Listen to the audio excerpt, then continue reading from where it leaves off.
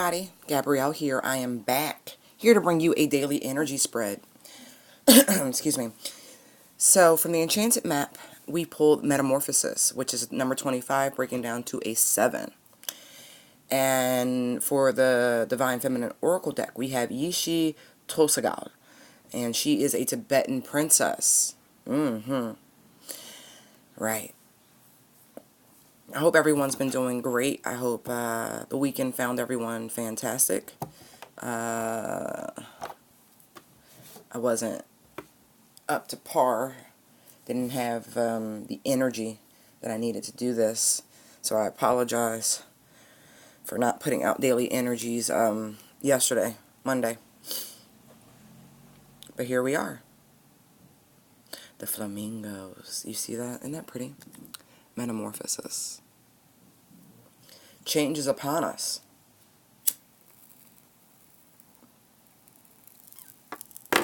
Change is upon us. And it's interesting, right? Because this card breaks down to a 7. And just looking at the shape of the number 7, right? Yeah, we're going old school. So, depending on how you like to draw, you have an escalation, a period of levelness, and then extreme drop. Now, I have seen people draw 7s that way and then this way, right? And there's this little edge. I personally like to draw them with the line through. But no matter how you look at it, right? 7 is a number of extremes. It's one to me of a sense of false security when I look at it. Because, again, for the traditional, where you start in the down position, you make your way up. And you're coasting, right? You're coasting. And the next thing you know, there's a drastic shift. Now, depending on your perspective, sometimes you have to reach rock bottom before you can pull yourself back up, correct? In order for true change to be implemented and to be lasting. 7 is a number of the divine. I look at the number 7, and I look at that as divine communication. Because, again, looking back at the original, as I drew it initially, right, you have this peak, right, where you go up. And I feel like this is prayers going up to the divine, right? And then I feel like there's this period of waiting here after you've prayed. And then there's these downloads that come in for prayers being received. I can't see it. Prayers going up. Time of waiting. Downloads coming in. And so depending on where you are in your life and on the journey and how this is resonating for you, some answered prayers are coming in. That's really how I feel, actually. Looking at the metamorphosis, looking at the flamingos, excuse me, and the way they're joining, excuse me, forming this beautiful heart-like formation. Almost like Eskimo kisses between the two of them. And their plumage is up. So it's like their excitement in greeting one another. This change will bring in a time of excitement, a period of, I feel joy, actually. I'm looking at it and I'm like, my body's like, you know how you get so excited, your hands start to, like, you're like, oh my gosh, it's like that. I feel like someone, or you yourself, have been in this cocoon for quite some time. And there's now this emergence, or re-emergence into the world. The conditions are right, the time's right, everything's right. Everything is right for this shift.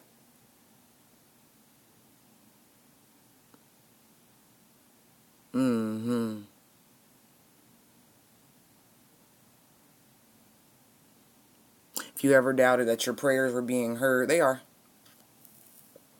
They were. You were in the lull. Excuse me.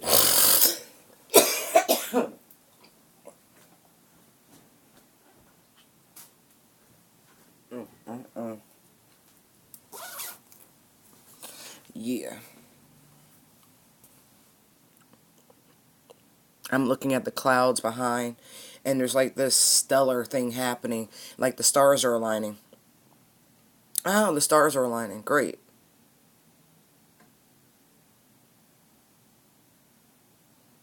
Wow. That's beautiful. Oh, good news, good news. This really does feel like good news.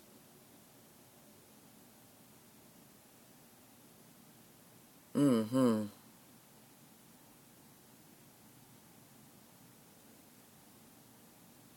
This communication, I feel like for some, I'm looking at the grapevines here. This change, this communication, I really do feel like this is a conversation between two people. Could be two friends, could be more than friends, but there's definitely love shared between the two people. And I feel like maybe over wine, something will come out. A conversation will ensue. Um, Something will be said that will allow whomever this is resonating with, it's going to trigger something within you to let you know this person really has changed, like truly changed. I mean, when the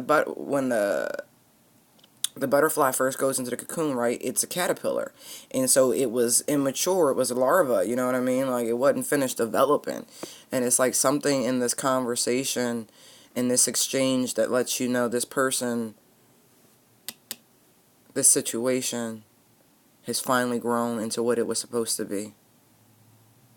It's finally ready. And it's like when a butterfly comes out, right, of the cocoon, its only mission is procreation. To find a mate, to have babies, and then it drops off. And so I feel like this person is finally comprehending the reason for their existence. Maybe someone had questions about what legacy was. Now it's interesting, right? I forget what I was watching.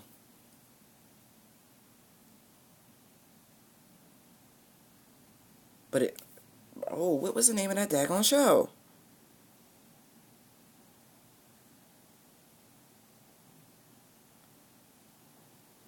I can't remember. It was on Netflix. Anyway, um, this woman was like a zillionaire. That's how she described herself on the program.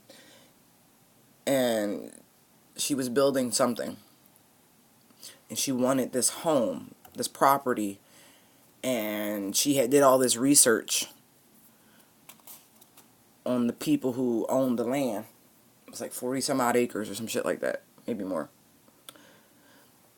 And this couple, just a husband and wife, when the woman approached them, they were talking about, we've put too much work and effort into this. This is our legacy, blah, blah, blah, blah. And the woman goes, legacy? Legacy are your children. Legacy's da, da, da, da. When you're dead and gone, you will have no legacy. Someone will come in and take this land, and it'll be like you never was. Your legacy ends when you die because you have no lineage, no offspring. Let me tell you, hearing that shit blew my whole fucking mind. But she's right. She's absolutely right. You can put your name on a building, right? And you think that's your legacy. I built this. But time, outside of the pyramids and some great structures, and we still don't know who built. We think we know. We assume, and we try to decipher ancient writings and go, okay, well, this was this pharaoh. But what about Teotihuacan and Machu Picchu and places like that around the world where the architects, no one knows, because every time they think they figured it out, they discover something from those people and they go, nah, it was here already. Right. So what is a structure at the end of the day besides stones, mortar, human, right? And without maintenance, without someone honoring and respecting what it is that you've done and accomplished, your legacy will degrade and corrode over time. Look at all the great castles across Europe. It takes money to maintain those. And so if all the people die off and there's no money to maintain them, then those buildings fall by the wayside and they become relics. So what is the point once again? So legacy. I feel like this is for someone, they are gonna, that's what they're gonna tell you. That they finally understand the purpose. That everything they were working for was really for naught, because without the lineage to go forward, it's all pointless. There is no true legacy. Because by biblical accounts, legacy truly is your children, your children's children. You know, Joseph, no, was it Joseph? No. Isaac, before his name was changed, was promised that his offspring would be innumerable, like the stars. That's a hell of a legacy, if you ask me. So, that's what this person's going to say. They're going to talk about legacy. And finally understanding their purpose. And their purpose with you. Ah. Wow. I like that. Lord Jesus, could this be for me too? Sorry. I'm human. I'm human.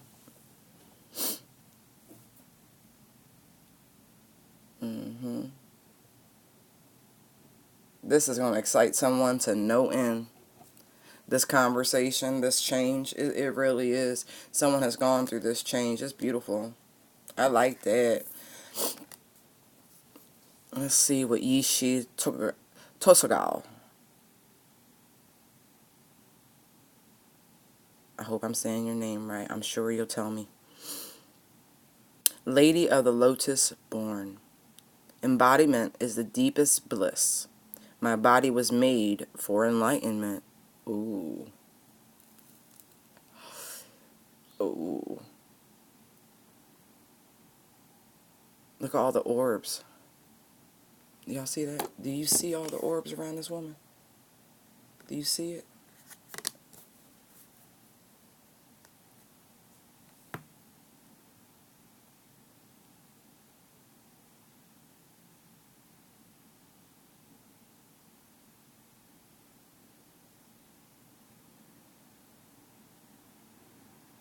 Life-giving. She's holding a cup or something in her hand, and it's like, to bring someone water is to bring someone life, right? But the water she brings in this cup, right? It's like the gift of life. I just saw this little skull here on her head. I don't know, looks like an infant skull, but we'll get back to that.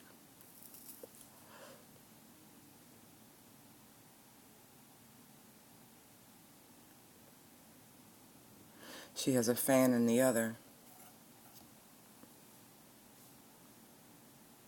What I get from this card is that this is a very powerful woman. In her hands, she has both the capacity to bring life, and on the other, she can either bring relief, cool winds to a situation, or she has a capacity to fan flames to a full-on blaze. Interesting. In some strange way, right, I get this interesting alpha omega energy, beginning and the end. Not in some doomsday sort of, no, but the capacity within her spirit is that.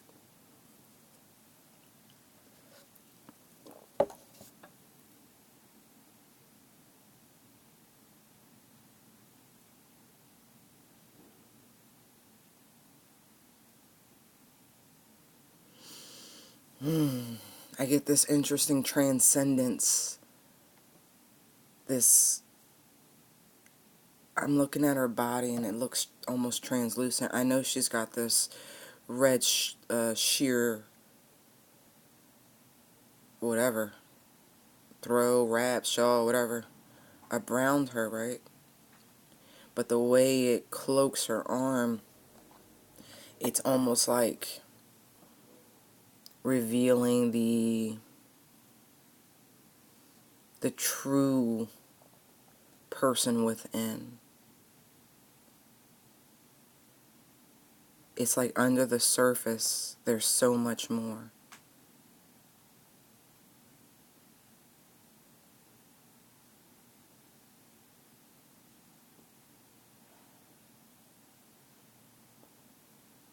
Embodiment is the deepest bliss. Embodiment of what? Your truest self, your highest self.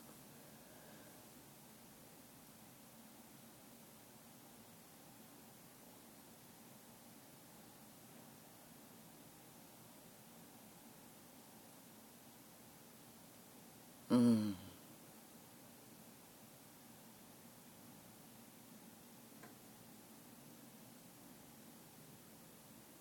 I feel like for some within your very body, you're going to feel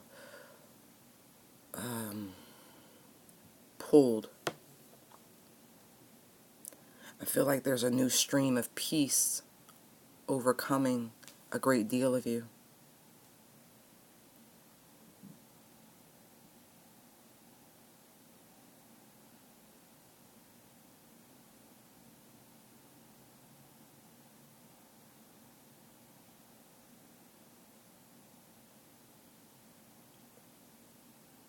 Your body is your temple, for sure.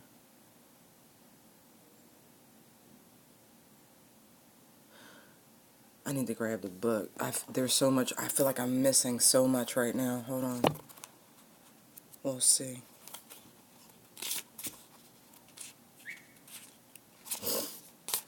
Ishi Tosogawa represents a deep wisdom that has been much misunderstood. She is the ultimate spiritual wisdom that the human body is all that is needed for enlightenment.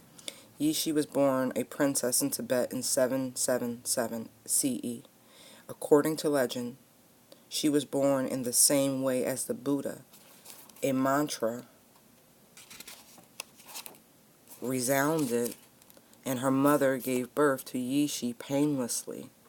Her name means Wisdom Lake Queen because at the moment of her birth, a nearby lake doubled in size, symbolizing her tremendous wisdom, her waters of enlightenment.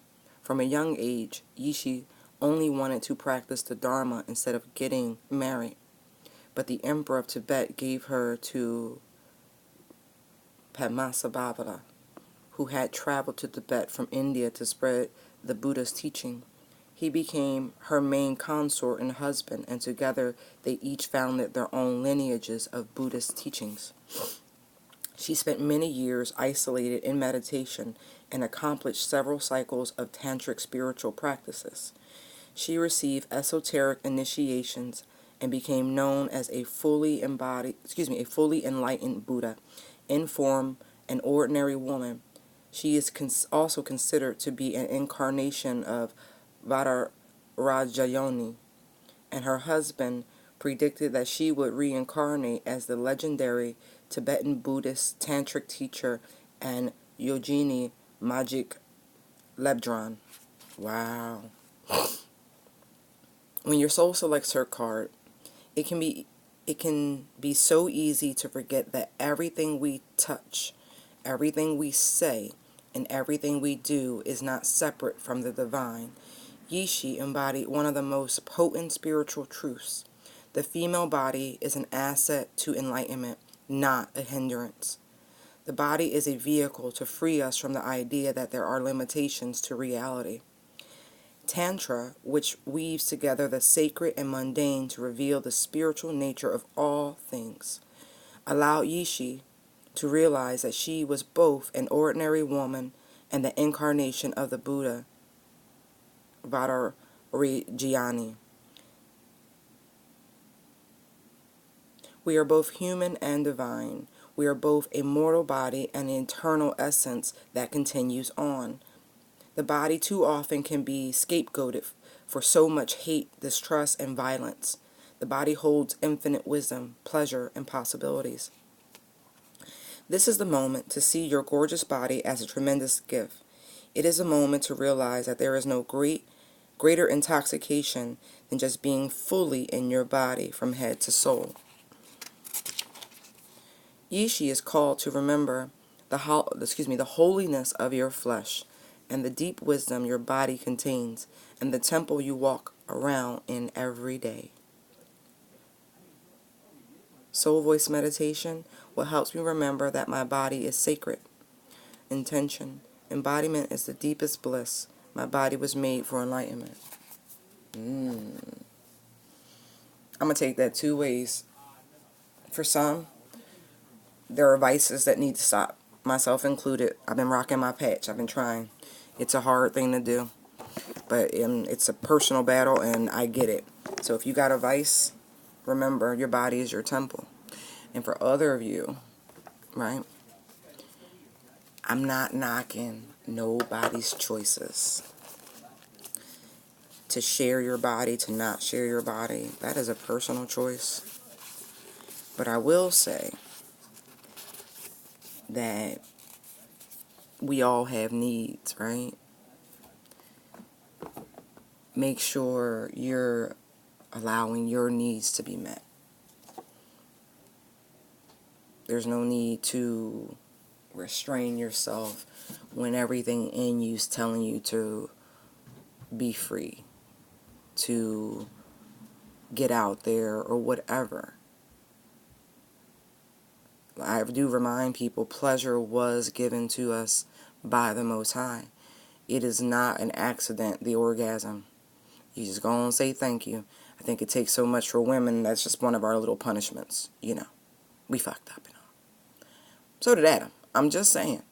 But, you know, we got there first. So sometimes you got to look back and laugh and go, you know what, Eve, I love you. I love you, bitch. I love you. But a change needs to happen. Some of y'all just need to get fucking laid. I'm just saying. No tea, no shade.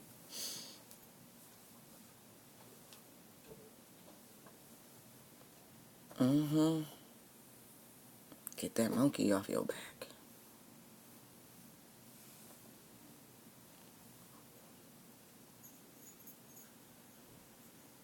Alright, y'all. I hope you enjoyed the reading. Thank you for your likes, comments, shares, and subscribes. They are greatly appreciated. Thank you for your private bookings and your donations. They are greatly appreciated. You can find me at intuitivedownloads19@gmail.com or here on YouTube at Tell All Your Business Tarot or Busy Bee Digital on both Instagram and Facebook. Light and love, y'all. Bye.